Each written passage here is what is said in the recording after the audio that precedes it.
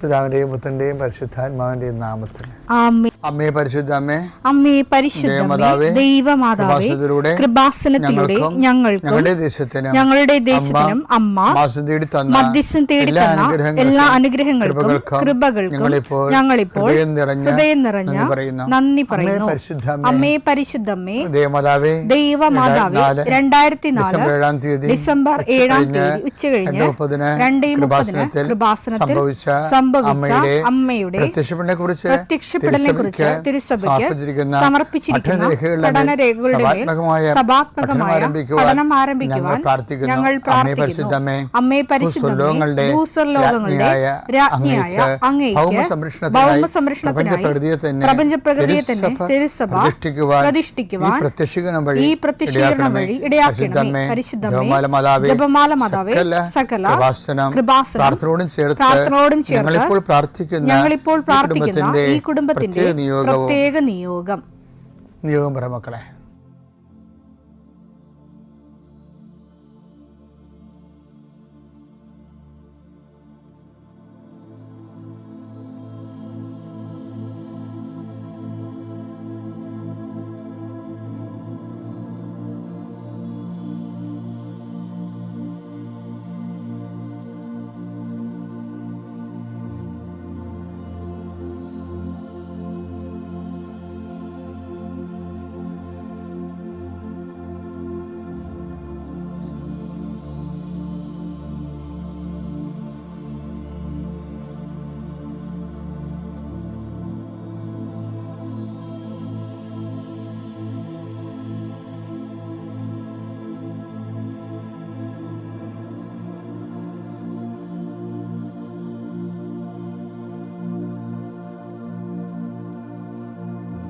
അമ്മയുടെ പ്രത്യക്ഷീകരണത്തിന്റെ ഈ അനുഗ്രഹവേളയിൽ ഞങ്ങൾക്ക് സാധിച്ചു തരുവാൻ കനിയണമേ. ആമേൻ. വിശ്വാസ പ്രമാണം. സർവശക്തനായ പിതാവും ആകാശത്തിന്റെയും ഭൂമിയുടെയും സൃഷ്ടാവുമായ ദൈവത്തിൽ ഞാൻ വിശ്വസിക്കുന്നു. അവിടുത്തെ ഏകപുത്രനും ഞങ്ങളുടെ കർത്താവുമായ ഈശോ മിശിഹായിലും ഞാൻ വിശ്വസിക്കുന്നു. ഈ പുത്രൻ പരിശുദ്ധാത്മാവിനാൽ ഗർഭസ്ഥനായി കന്യകാമറിയത്തിൽ നിന്ന് പിറന്ന് പൊന്തിയോസ് പീലാത്തോസിന്റെ കാലത്ത് പീഡകൾ സഹിച്ച് കുരിശിൽ തറയ്ക്കപ്പെട്ട് മരിച്ച് അടക്കപ്പെട്ട് പാതാളങ്ങളിൽ ഇറങ്ങി മരിച്ചവരുടെ ഇടയിൽ നിന്ന് 3-ാം നാൾ ഉയർത്ത് സ്വർഗത്തിലേക്ക് എഴുന്നള്ളി സർവശക്തിയുള്ള പിതാവായ ദൈവത്തിന്റെ വലതുഭാഗത്തിരിക്കുന്നു. അവിടെ നിന്ന് ജീവിക്കുന്നവരെയും മരിച്ചവരെയും വിധിക്കുവാൻ വരുമെന്നും ഞാൻ വിശ്വസിക്കുന്നു. പരിശുദ്ധാത്മാവിലും ഞാൻ വിശ്വസിക്കുന്നു. വിശുദ്ധ കത്തോലിക്കാ സഭയിലും പുണ്യവാന്മാരുടെ ഐക്യത്തിലും പാപങ്ങളുടെ മോചനത്തിലും ശരീരത്തിന്റെ ഉയർപ്പിലും നിത്യമായ ജീവിതത്തിലും ഞാൻ വിശ്വസിക്കുന്നു. ആമേൻ. സുഖസ്ഥനായ ഞങ്ങളുടെ പിതാവേ, അങ്ങയുടെ നാമം പൂജിതമാകണമേ. അങ്ങയുടെ രാജ്യം വരണമേ. അങ്ങയുടെ തിരുമനസ് സ്വർഗത്തിലെ പോലെ ഭൂമിയിലും ആകണമേ. അന്നു വേണ്ടുന്ന ആഹാരം ഇന്ന് ഞങ്ങൾക്ക് തരണമേ. ഞങ്ങളോട് തെറ്റ് ചെയ്യുന്നവരോട് ഞങ്ങൾ ക്ഷമിക്കുന്നത് പോലെ ഞങ്ങളുടെ തെറ്റുകൾ ഞങ്ങളോടും ക്ഷമിക്കണമേ. ഞങ്ങളെ പ്രലോഭനത്തിൽ ഉൾപ്പെടുത്തരുതേ, തിന്മയിൽ ഞങ്ങൾ രക്ഷിക്കണമേ. ആമേൻ. നന്മ നിറഞ്ഞ മറിയമേ, സ്വസ്തി. കർത്താവ് അങ്ങയുടെ കൂടെ സ്ത്രീകളിൽ അങ്ങ് അനുഗ്രഹിക്കപ്പെട്ടവളാകുന്നു. അങ്ങയുടെ ഉദരത്തിൻ ഫലമായി ഈശോ അനുഗ്രഹിക്കപ്പെട്ടവനാകുന്നു. പരിശുദ്ധ മറിയമേ, തമ്പുരാന്റെ അമ്മേ, പാപികളായ ഞങ്ങൾക്ക് വേണ്ടി ഇപ്പോഴും ഞങ്ങളുടെ മരണസമയത്തും തമ്പുരാനോട് അപേക്ഷിക്കണമേ. ആമേൻ. കർത്താവേ, നിന്റെ ഉന്നതമായ നാമത്തിന് സ്തോത്രം ചെയ്യുന്നു. കർത്താവേ, നിന്റെ വിശുദ്ധ പൗരോഹിത്യത്തെ മഹത്വപ്പെടുത്തണമേ. കർത്താവെ, സഭയിലുള്ള സാന്നിധ്യം പ്രകടമാക്കണമേ. 40 വർഷം ഞാൻ അർപ്പിച്ച കൃപാനയുടെ യോഗ്യതയാൽ കൃപാസ്ഥാനത്താറെ ജീവനോടെ പ്രത്യക്ഷപ്പെട്ട പരിശുദ്ധ അമ്മയുടെ മാധ്യസ്ഥത്തിൽ ഞാൻ മക്കളെ ആശീർവദിക്കുന്നു. അങ്ങയുടെ മക്കൾ ഇന്ന് യാത്ര ചെയ്യുന്ന ഓരോ ഇടങ്ങളെ കുറിച്ച് പ്രാർത്ഥിക്കുന്നു. അങ്ങയുടെ മക്കൾ ഇന്ന് കണ്ടുമുട്ടുന്ന ഇടങ്ങളെ സമർപ്പിച്ച് പ്രാർത്ഥിക്കുന്നു. അങ്ങയുടെ മക്കൾ ഇന്ന് കണ്ടുമുട്ടുന്ന ഇടങ്ങളെ, കണ്ടുമുട്ടുന്ന വിഷയങ്ങൾ, സംസാരിക്കാൻ പോകുന്ന വിഷയങ്ങൾ, ആ സംസാരിക്കാൻ പോകുന്ന വിഷയങ്ങൾക്ക് ഒരു തീരുമാനം കിട്ടാൻ വേണ്ടി ഇന്ന് തീരുമാനം ഉണ്ടാകണമെന്ന് ആഗ്രഹിച്ച് പ്രാർത്ഥിക്കുന്നവരുണ്ട്. അവരെ സമർപ്പിച്ച് പ്രാർത്ഥിക്കുന്നു. കർത്താവേ, നിന്റെ നാമത്തെ മഹത്വപ്പെടുത്തണമേ. കർത്താവെ, സഭയിലുള്ള സാന്നിധ്യം പ്രകടമാക്കണമേ. അമ്മേ, പരിശുദ്ധമ്മേ, ദേവമാതാവേ, ആരെല്ലാം ഇപ്പോൾ ഉണർന്നിരുന്ന് ഈ പ്രാർത്ഥനയോട് ചേരുന്നുണ്ടോ, ആരെല്ലാം ഈ പ്രാർത്ഥനയിൽ ആശ്രയിക്കുന്നുണ്ടോ, അവരെ എല്ലാം നീ ആശീർവദിക്കണം. എൻ്റെ കർത്താവിൻ്റെ ഉന്നതമായ നാമത്തിൽ, സഭയുടെ അധികാരത്തിൽ, കുരിശിൻ്റെ അടയാളത്തിൽ, ദൈവത്തിൻ്റെ ശക്തിയാൽ ഈ ദിവസം കർത്താവ് നിങ്ങളെ അനുഗ്രഹിക്കുകയും ആശ്വസിപ്പിക്കുകയും ചെയ്യട്ടെ. എൻ്റെ പ്രിയപ്പെട്ടവരെ, പിന്നെ കഴിഞ്ഞ ദിവസങ്ങളിൽ ഒരു പ്രത്യേക സാക്ഷ്യം ഉണ്ടായിരുന്നു. അവർ പറയണത് ഞങ്ങളുടെ നല്ല കാലത്താണ് ഞങ്ങൾ ഉടമ്പടിച്ചെടുത്തത്, ഞങ്ങളുടെ നല്ല കാലത്താണ് ഞങ്ങൾ ഉടമ്പടിയെടുത്തതെന്ന് പറഞ്ഞാൽ ഡൊമിനിക് സഹോദരൻ, ഡൊമിനിക്, അദ്ദേഹത്തിൻ്റെ വൈഫ് സിജി, പിന്നെ റോമിക്ക മകൾ, ഈ മൂവരും കൂടി ആ സാക്ഷ്യം പറയണം. അപ്പോൾ അദ്ദേഹം പറഞ്ഞത് ഇന്നുവരെ ആരും പറയാത്ത സാധനമാണ്. അത് ഞാൻ നിങ്ങളോട് പറയണത്, ഞങ്ങളുടെ നല്ല കാലത്താണ് ഉടമ്പടിയെടുത്തത്. അദ്ദേഹത്തിന് ജോലിയുണ്ട്, വീട്ടിൽ കുഞ്ഞുങ്ങൾ പഠിക്കുന്നു, കുടുംബത്തിന് വലിയ കടങ്ങളൊന്നുമില്ല, കുടുംബത്തിന് സ്വസ്ഥവും സമാധാനമായിട്ട് ഭാര്യയും കുഞ്ഞുങ്ങളും വീട്ടിൽ താമസിക്കണം. അപ്പോൾ അങ്ങനെ വളരെ നന്നായിട്ട് പോയി. അപ്പോൾ ആ ഒരു കാലത്ത് ലീവിന് വന്നപ്പോൾ ഇവർ ഉടമ്പടി എടുത്ത്. ഇപ്പോൾ ഈ ആൾക്കാരെല്ലാവരും ഉടമ്പടി എടുക്കുന്നത് എപ്പോഴാണെന്ന് അറിയാമോ? മോശം കാലത്താണ് ഉടമ്പടി എടുക്കുന്നത്. മോശം കാലത്തല്ലേ ഉടമ്പടി എടുക്കണം. എല്ലാവരും ഒരു 99% ആൾക്കാരും മോശം ടൈമിലാവുന്ന ഉടമ്പടി എടുക്കണം. അതുകൊണ്ടാണ് ഞാൻ ഈ സാക്ഷ്യം ഇങ്ങനെ കൊള്ളാമല്ലോ എന്ന് പറഞ്ഞത്. നല്ല കാലത്ത് വന്ന ഉടമ്പടി. അപ്പം നല്ല കാലം എന്ന് പറയുമ്പോൾ ഈ കാലം ചേഞ്ച് ചെയ്യുമ്പോഴേ, ഇപ്പം എനിക്കുണ്ടല്ലോ, എനിക്ക് ഒരു ആശുപത്രി കിടപ്പ് ഉറപ്പാണ്. അത് ഈ ജൂൺ മാസത്തിൽ, പിന്നെ ഇനി ഫെബ്രുവരി മാസത്തിലാണ്. കാര്യം പെട്ടെന്ന് നമുക്ക് കൺട്രോൾ പോയിട്ട് ഈ കഫം വന്ന് അന്തരീക്ഷം തണുത്ത് കഴിയുമ്പോൾ അലർജറ്റിക്കായിട്ട്, തണുപ്പിനോട് അലർജിയാണ്, അലർജറ്റിക്കായിട്ട് നമ്മുടെ ചെസ്റ്റ് ബ്ലോക്ക് ആവും. പിന്നെ നമുക്ക് ഒന്നും ചെയ്യാൻ പറ്റില്ല, വിറച്ച് തുള്ളി പനിച്ച്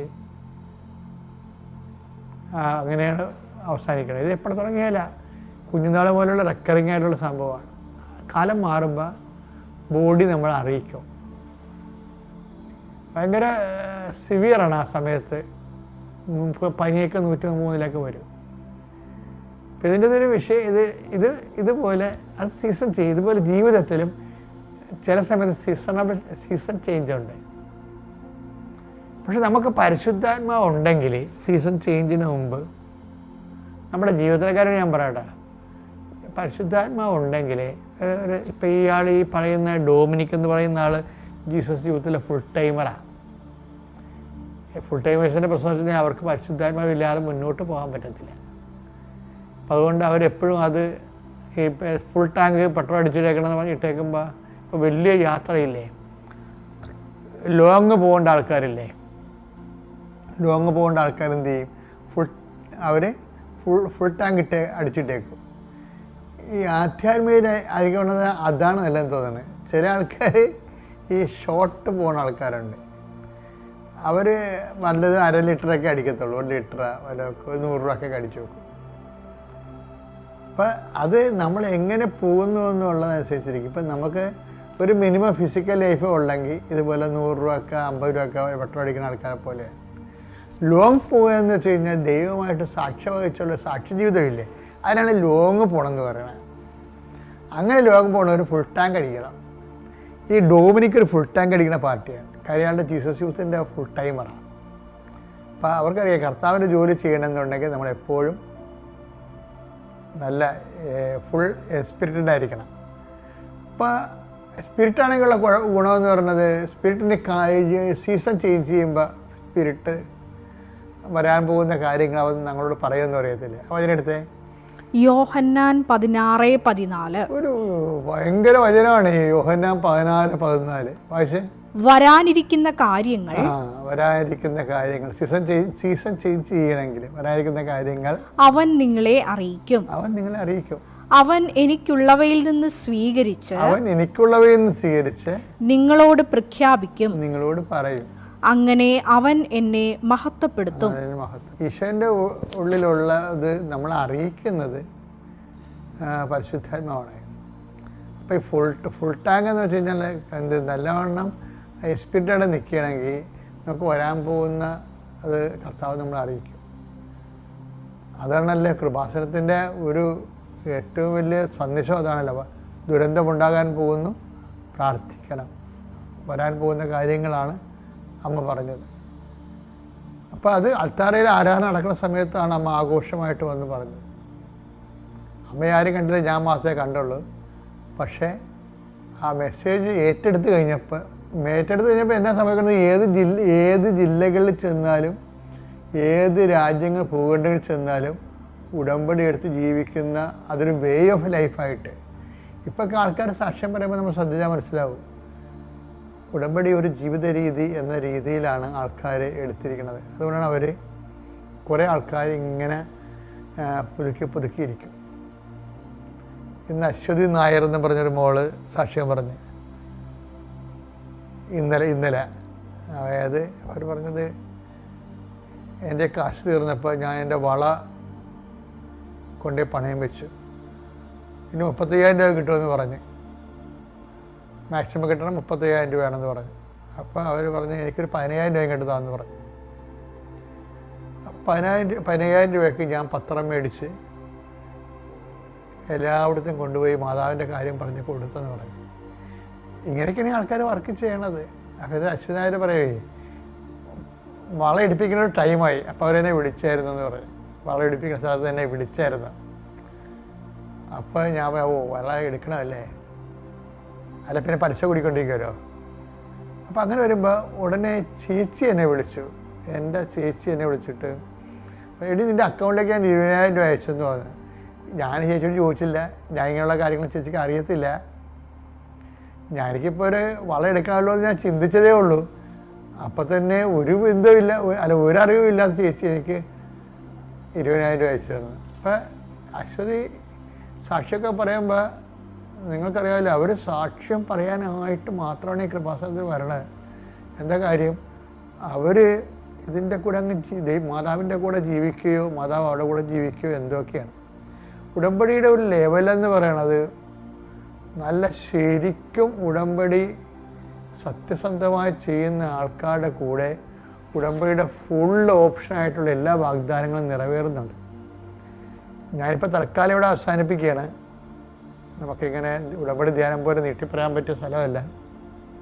ഞാൻ അടുത്ത ദിവസം തന്നെ വിവരിച്ച് പറഞ്ഞുകൊള്ളാം. അപ്പോഴിപ്പോൾ ഞാൻ പറഞ്ഞ ഇത്രയേ ഉള്ളൂ, ലോങ് പോകുമ്പോൾ ഫുൾ ടാങ്ക് അടിക്കണം എന്ന് വെച്ചാൽ നിങ്ങളെപ്പോഴും അതായത് അന്ന് വേണ്ട അപ്പത്തിന് വേണ്ടിയുള്ള മിനിമം പരിപാടിയായിട്ട് പ്രാർത്ഥന മാറ്റരുത്. മറിച്ച് പ്രാർത്ഥന പരിശുദ്ധാത്മാവിൽ നിറഞ്ഞു നിന്ന് പരിശുദ്ധാത്മാവിന് നമ്മോട് കമ്മ്യൂണിക്കേറ്റ് ചെയ്യാൻ പറ്റുന്ന പരുവത്തിൽ സർവ്വസജ്ജമായി ഇരിക്കാനാണ് ഈ വചനം കൊണ്ട് ഉദ്ദേശിക്കുന്നത്. അപ്പോൾ ഇതിന് മേലെ ഇത് ഡെയിലി ബ്രെഡ് എന്ന വചനം എന്ന് പറഞ്ഞാൽ ഇതിൻ്റെ അകത്തുള്ളത് ഏതാണ്, വരാൻ പോകുന്ന കാര്യങ്ങൾ അവൻ നിങ്ങളോട് പറയും എന്നാണ്. പിതാവിൻ്റെയും പുത്രൻ്റെയും പരിശുദ്ധാത്മാവിൻ്റെയും നാമത്തിൽ. പരിശുദ്ധമ്മ പ്രത്യക്ഷപ്പെട്ട ഈ ആൾത്താരിൽ നിന്ന് സാക്ഷ്യം പറയാൻ എന്നെ അനുഗ്രഹിച്ചതിന് ഈശോയ്ക്കും പരിശുദ്ധമ്മയ്ക്കും കോടാനുകൂടി നന്ദി. എൻ്റെ പേര് എലിസബത്ത്, ഞാൻ ചങ്ങനാശ്ശേരിയിൽ നിന്ന് വരുന്നു. ഇതെൻ്റെ മോൾ സേറ, ഇത് എൻ്റെ അമ്മ. എനിക്ക് ഉടമ്പടി എടുക്കുന്നതിന് മുമ്പ് എൻ്റെ ജീവിതത്തിൽ ഉണ്ടായ ഒരു അനുഗ്രഹമാണ് ഞാനിവിടെ സാക്ഷ്യമായിട്ട് പറയുന്നത്. ഇത് പറയുന്നതിന് വൈകിപ്പോയതിന് ഞാൻ ഈശോയോടും മാതാവിനോടും ക്ഷമ ചോദിക്കുന്നു. എൻ്റെ വിവാഹം കഴിഞ്ഞ് 2 വർഷമായിട്ടും എനിക്ക് കുട്ടികളൊന്നും ഉണ്ടായിരുന്നില്ല.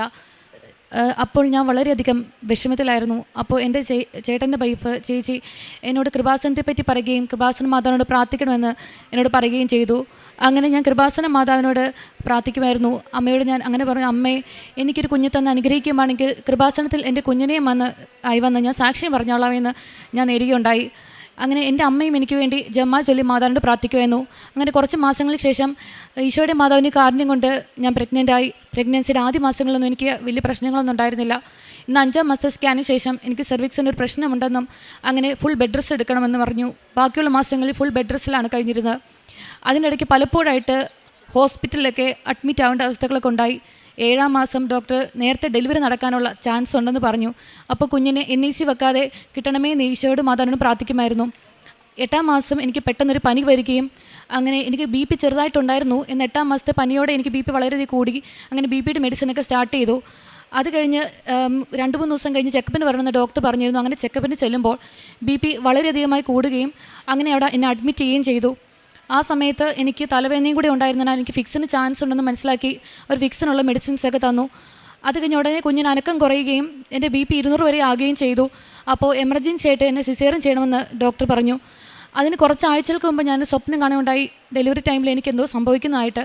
അപ്പോൾ ഞാൻ സിസേറിന് കയറ്റുന്ന തൊട്ട് മുമ്പ് മാതാവിനോട് ഞാൻ പ്രാർത്ഥിച്ചു, അമ്മ എനിക്ക് കൃപാസനത്തിൻ്റെ കുഞ്ഞിനെയുമായി വന്ന് എനിക്ക് സാക്ഷ്യം പറയാനുള്ളതാണ്, എൻ്റെ കുഞ്ഞിന് ജീവൻ ഒരു അബദ്ധമുണ്ട്, അത് അമ്മ കാത്തോണേ എന്ന് ഞാൻ പ്രാർത്ഥിച്ചിരുന്നു. അതുകൊണ്ട് സിസേറിന് തൊട്ട് മുൻപ് എന്നെ സിസേറിയൻ ചെയ്തിരുന്ന ഡോക്ടർ എന്ന് പറയുന്ന ഒരു സിസ്റ്റർ ഡോക്ടറായിരുന്നു. ആ ഡോക്ടർ എൻ്റെ നെറ്റിയിൽ കുരിശ് വരച്ച് നന്മ നിറഞ്ഞമേ ചൊല്ലി പ്രാർത്ഥിക്കുകയുണ്ടായി. ഞാൻ സിസേറിയൻ സമയത്ത് മുഴുവൻ നന്മ നിറഞ്ഞമേ ചൊല്ലിക്കൊണ്ടേയിരുന്നു.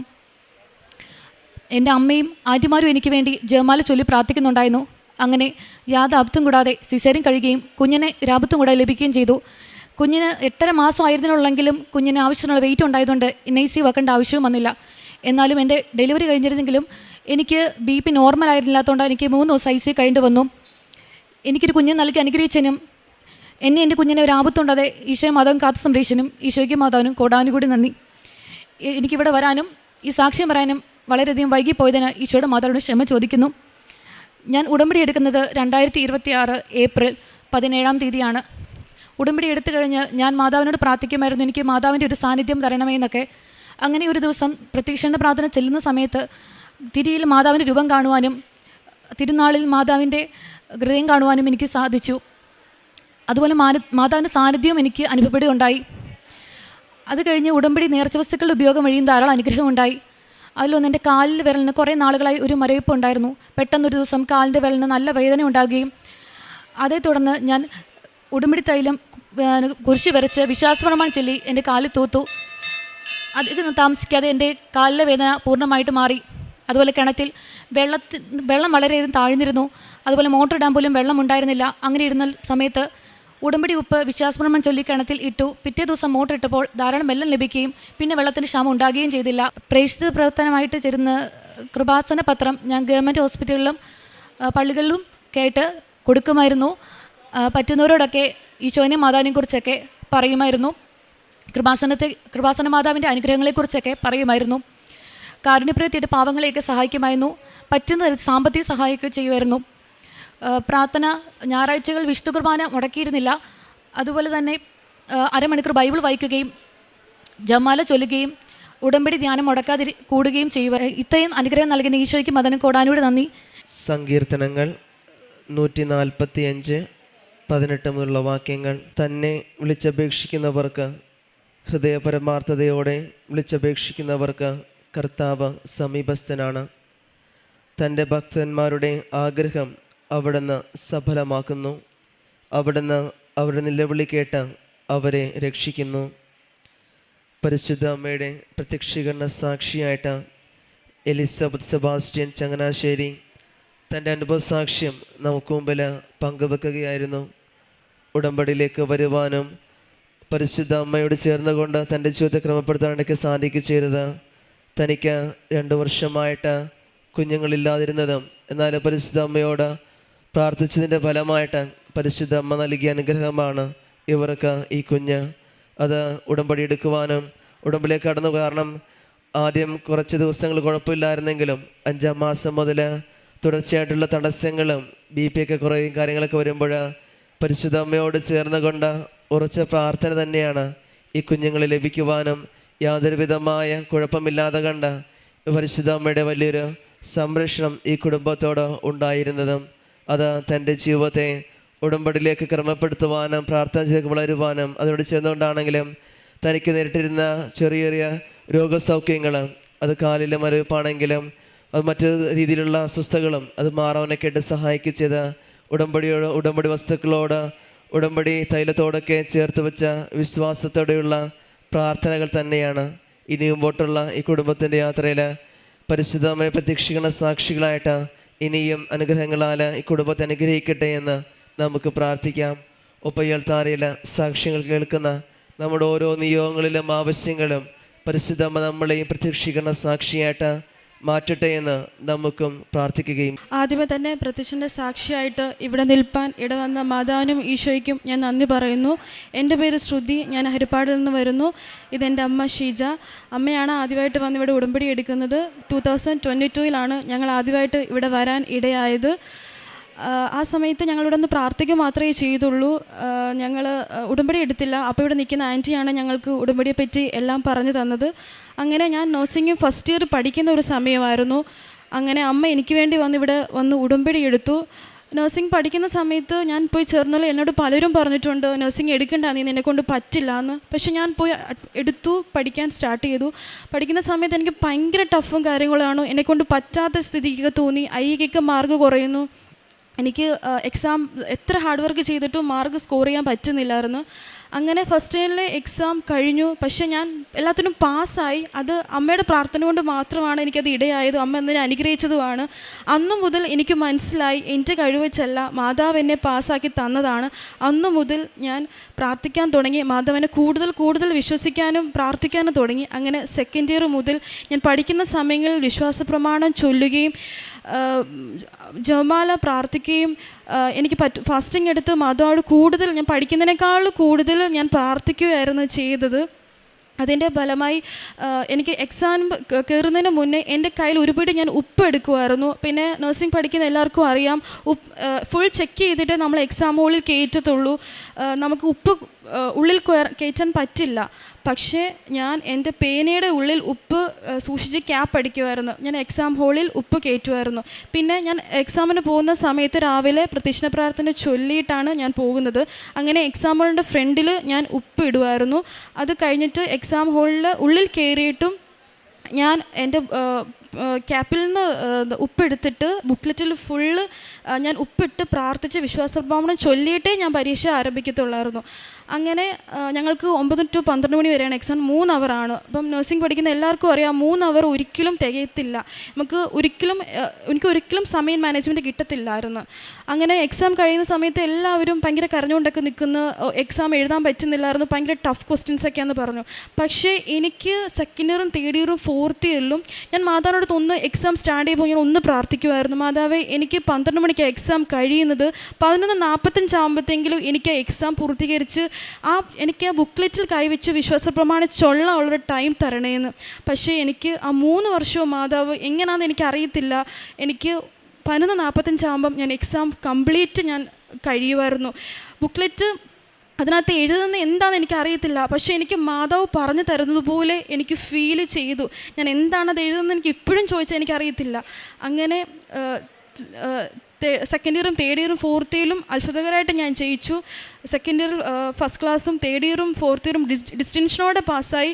ഒരിക്കലും എൻ്റെ കഴിവ് വെച്ച് ഞാൻ ജയിച്ചതല്ല, പക്ഷെ മാതാവ് തന്ന എനിക്ക് അനുഗ്രഹമാണ് ആ ഒരു വിജയം. ഇപ്പോഴും എനിക്ക് പറയാൻ സാധിക്കും. അതുപോലെ റിസൾട്ട് നോക്കുന്ന സമയത്തും ഞാൻ ഉടമ്പടി തൈലം ഫോണിൽ തൂക്കുകയും പ്രത്യക്ഷ പ്രാർത്ഥന 7 വട്ടം ചൊല്ലുകിയിട്ടേ ഞാൻ എൻ്റെ റിസൾട്ട് നോക്കാറുള്ളൂ. ഉടമ്പടി തൈലവും നോക്കിയിട്ട് അങ്ങനെ മാതാവ് എനിക്ക് നല്ല വിജയം തന്ന് അനുഗ്രഹിച്ചു. അങ്ങനെ ഞാൻ 2026 ഫെബ്രുവരി വന്ന് ഉടമ്പടി എടുത്ത സമയത്ത് ഞാനൊരു ജോലിക്ക് വേണ്ടിയാണ് വെച്ചത്. ആ സമയത്ത് ഫ്രഷേഴ്സിനെ ഹോസ്പിറ്റലിൽ ഇവിടെ എടുക്കുന്നില്ലായിരുന്നു. അങ്ങനെ എനിക്ക് പെട്ടെന്നൊരു ഓഫർ വരികയും ഞാൻ അറ്റൻഡ് ചെയ്ത സമയത്തും പ്രത്യക്ഷ പ്രാർത്ഥന ചൊല്ലി ഉടമ്പടി തൈലം തൂത്തു ഉപ്പിട്ടിട്ടാണ് ഞാൻ പ്രാർത്ഥിച്ചത്. എനിക്ക് സിമ്പിൾ ക്വസ്റ്റ്യൻ ആയിരുന്നു. അവരെന്നെ ഫസ്റ്റ് തന്നെ ഇൻ്റർവ്യൂ എടുത്തു. ഞാൻ 21-ാം തീയതി ജോയിൻ ചെയ്യാൻ പോവുകയാണ്. ഇത്രയും തന്നെ അമ്മയ്ക്കും ഈശോയ്ക്കും കൂടാതെ നന്ദി ഞാൻ അർപ്പിക്കുന്നു. അതിൽ തന്നെ ഞങ്ങൾക്ക് വസ്തുവിൽ കുറച്ച് സ്റ്റേ ഓർഡർ വന്നിട്ടുണ്ടായിരുന്നു. ഞങ്ങളുടെ വസ്തു എല്ലാം സ്റ്റേ ഓർഡർ ആയിരുന്നു. പക്ഷേ ഞങ്ങൾ ഉപ്പിട്ട് പ്രാർത്ഥിച്ചതിൻ്റെ ഫലമായിട്ട് ഞങ്ങൾക്ക് ആ സ്റ്റേ ഓർഡർ പെട്ടെന്ന് തന്നെ മാറുകയും മാതാവ് ഞങ്ങളെ സഹായിച്ചു. ഇത്രയും അനുഗ്രഹം തന്ന മാതാവിനും ഈശോയ്ക്കും കൂടാതെ നന്ദി ഞാൻ പറയുന്നു. പ്രശ്നപ്രവർത്തനമായിട്ട് ചെയ്തത് ഞങ്ങൾക്ക് വീടിൻ്റെ അടുത്തുള്ളിടത്തേക്ക് പത്രം കൊടുക്കും. ഞങ്ങൾ ദൂര സ്ഥലത്തൊക്കെ പോയി പത്രം കൊടുത്ത് മാതാവിനെ പറ്റി ഞങ്ങൾ പറയുമായിരുന്നു. കാരുണ്യപ്രവൃത്തിയായിട്ട് ഞങ്ങൾ എല്ലാ ബുധനും വെള്ളി ദിവസങ്ങളിൽ ഫുഡ് കൊണ്ടുപോയി പാവപ്പെട്ടവർക്ക് കൊണ്ട് കൊടുക്കുമായിരുന്നു. എന്നെക്കൊണ്ട് പറ്റുന്ന പോലെ സാമ്പത്തിക സഹായം ഞാൻ പാവപ്പെട്ടവർക്ക് ചെയ്യുമായിരുന്നു. ആത്മീയ ജീവിതം, ഞാനൊരു മർത്തോമ ആണ്. അപ്പോൾ ഞങ്ങൾക്ക് എല്ലാ ആഴ്ചയിലാണ് കുർബാനയും കുമ്പസാരവും. എല്ലാ ആഴ്ചയിലും പോകുമായിരുന്നു. ബൈബിള് പറ്റുന്ന പോലെ രാവിലെയും വൈകിട്ടും പ്രാർത്ഥിക്കും. പ്രത്യക്ഷ പ്രാർത്ഥന ചൊല്ലുകയും ചെയ്യുമായിരുന്നു. പിന്നെ ഞങ്ങൾക്ക് മർത്തോമ ആയതുകൊണ്ട് കൊന്ത ചൊല്ലലില്ല. പക്ഷെ ഞങ്ങൾക്കതില്ല. പക്ഷേ യൂട്യൂബിൽ നോക്കി പഠിച്ച് ഞാനിപ്പോൾ കൊന്ത ചൊല്ലാറുമുണ്ട്. എല്ലാം തന്ന ഈശോയ്ക്കും അമ്മയ്ക്കും 100,000 നന്ദി ഞാൻ പറയുന്നു. നിൻ്റെ വിജയത്തിൽ ഞങ്ങൾ ആഹ്ലാദിക്കും. അങ്ങനെ ഞങ്ങളുടെ ദൈവത്തിൻ്റെ നാമത്തിൽ ഞങ്ങൾ വിജയ പതാക പാറിക്കും. കർത്താവ് നിൻ്റെ അപേക്ഷകൾ കൈക്കൊള്ളട്ടെ. സങ്കീർത്തനം 20:5 ദൈവത്തിൽ പൂർണ്ണമായി ആശ്രയിക്കുമ്പോൾ ഉടമ്പടിയിൽ ദൈവം നമ്മുടെ പ്രാർത്ഥന കേട്ട് മറുപടി നൽകുമെന്നാണ് നമ്മുടെ ഓരോ സാക്ഷ്യങ്ങളിൽ നിന്ന് നമുക്ക് മനസ്സിലാക്കാൻ സാധിക്കുന്നത്. ഉടമ്പടി മക്കളുടെ ജീവിതത്തിൽ ഉടമ്പടിയിൽ ചേർന്ന് നിൽക്കുമ്പോഴാണ് നമ്മുടെ ജീവിതത്തിൽ വിജയത്തിൻ്റെ സാക്ഷികളായി മാറുവാൻ സാധിക്കുന്നത്. ഏത് സാഹചര്യങ്ങളിലായാലും ഒരുപക്ഷെ രോഗാവസ്ഥയാവാം, പരീക്ഷണങ്ങളാവാം, ഇൻ്റർവ്യൂ ആവാം, ഏത് പ്രതിസന്ധികളായാലും ഉടമ്പടിയിൽ ഉറച്ചു നിൽക്കുമ്പോൾ നമ്മുടെ വിജയം ദൈവകൃപയിലാണ്.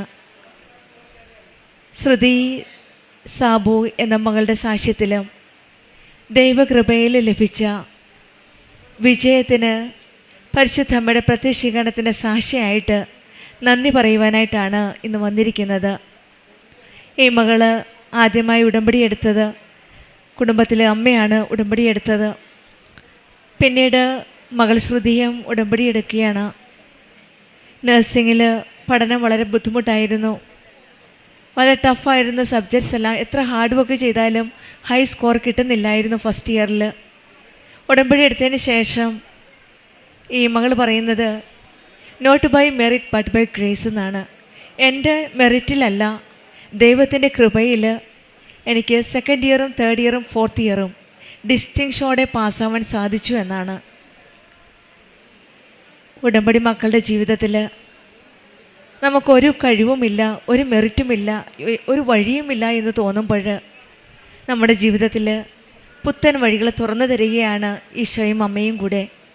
കൃപാസനം അമ്മയുടെ മധ്യസ്ഥതയിലൂടെ നമുക്ക് എന്തൊക്കെ പോരായ്മകളും കുറവുകളൊക്കെ ഉണ്ടെങ്കിലും എല്ലാം നിറവാക്കി തരുന്ന ഒരു വലിയ പ്രാർത്ഥന പദ്ധതിയാണ് ഉടമ്പടി. വിശ്വാസത്തിലുപരി വിശ്വസ്തത മാത്രമാണ് ഈശോയും അമ്മയും നമ്മിൽ നിന്ന് ആഗ്രഹിക്കുന്നത്.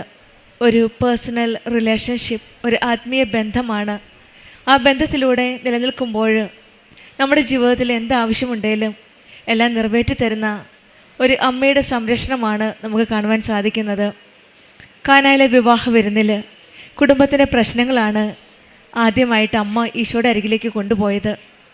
ഇന്നും നമ്മുടെ കൃപാസനം അമ്മ നമ്മുടെ ഓരോ കുടുംബ പ്രശ്നങ്ങളും ഈശോയുടെ അരികിലേക്ക് കൊണ്ടുപോകുന്നു, നമുക്ക് വേണ്ടി മധ്യസ്ഥം വഹിക്കുന്നു, നമുക്ക് വേണ്ടി പ്രാർത്ഥിക്കുന്നു. നമ്മുടെ കണ്ണീരൊപ്പുന്ന ഒരമ്മയാണ് കൃപാസനം അമ്മ. നാം ഏത് പ്രതിസന്ധിയിലായാലും ബുദ്ധിമുട്ടുകളായാലും ഉടമ്പടിയിൽ നമുക്കൊരു ഉറപ്പുണ്ട്, ദൈവത്തിൻ്റെ സാന്നിധ്യമുണ്ട്, ദൈവത്തിൻ്റെ കൃപയുണ്ട്. നമുക്കൊന്നുമില്ലായ്മയിൽ നമ്മളെ നിറയ്ക്കുന്ന ഒരു വലിയ ഒരു കൃപയാണ്. ആ കൃപ നമുക്ക് ഉടമ്പടിയിലൂടെയാണ് ലഭിക്കുന്നത്. അങ്ങനെയുള്ള ആ കൃപ ലഭിച്ച് അനുഭവിച്ചറിഞ്ഞ ഒരു സാക്ഷ്യമാണ് ശ്രുതി നമ്മളോട് ഷെയർ ചെയ്തത്. പിന്നീട് BSc നഴ്സിംഗ് കംപ്ലീറ്റ് ആക്കിയിട്ട് പെട്ടെന്ന് ഒരു ഫ്രഷേഴ്സിന് ജോലി കിട്ടുന്നത് വളരെ ബുദ്ധിമുട്ടാണ്. പക്ഷെങ്കിൽ ഈ മകൾക്ക് ഇന്ത്യയിൽ തന്നെ നല്ലൊരു ജോലി നൽകി, പൂനെയിൽ ഒരു നല്ല ഹോസ്പിറ്റലിൽ ജോലി നൽകി ഈശോയും അമ്മയും അനുഗ്രഹിക്കുകയാണ്. 21 ജൂലൈയിൽ പഠിച്ചിറങ്ങി അന്നേരം തന്നെ ഒരു ഫ്രഷറായി ഈ മകൾക്ക് ജോലി നൽകി ഈശോയും അമ്മയും അനുഗ്രഹിക്കുകയാണ്. അവിടെയും ഈ മകൾ പറയുന്നത് എൻ്റെ മെറിറ്റ് കൊണ്ടല്ല, ദൈവത്തിൻ്റെ കൃപയാലാണ്. നമ്മുടെ ജീവിതത്തിലും ഉടമ്പടിയിൽ ഉറച്ചു നിൽക്കുമ്പോൾ നമ്മുടെ വിജയവും ദൈവകൃപയിലാണെന്ന് ഉറച്ചു വിശ്വസിച്ചുകൊണ്ട് ആ തിരിച്ചറിവ് നമുക്ക് മനസ്സിലാകുമ്പോൾ നമ്മുടെ ജീവിതത്തിലും മറ്റുള്ളവർക്ക് നാം ഒരു വിശ്വാസത്തിൻ്റെ സാക്ഷിയാവുകയാണ്. ദൈവത്തിൻ്റെ സാന്നിധ്യം മനസ്സിലാക്കുമ്പോഴാണ് നമ്മുടെ ജീവിതത്തിൽ വിജയത്തിൻ്റെ ആഹ്ലാദവും ദൈവത്തിൻ്റെ നാമത്തിൽ വിജയപതാക പാറിക്കുവാനുള്ള കൃപയും നമുക്ക് ലഭിക്കുന്നത്. ആ കൃപയ്ക്കായി നമുക്ക് പ്രാർത്ഥിക്കാം. ശ്രുതിക്കും ഷീജയ്ക്കും കുടുംബത്തിന് ലഭിച്ച എല്ലാ അനുഗ്രഹങ്ങൾക്കും നമ്മൾക്ക് കരങ്ങളടിച്ച് ദൈവത്തെ മഹത്വപ്പെടുത്താം.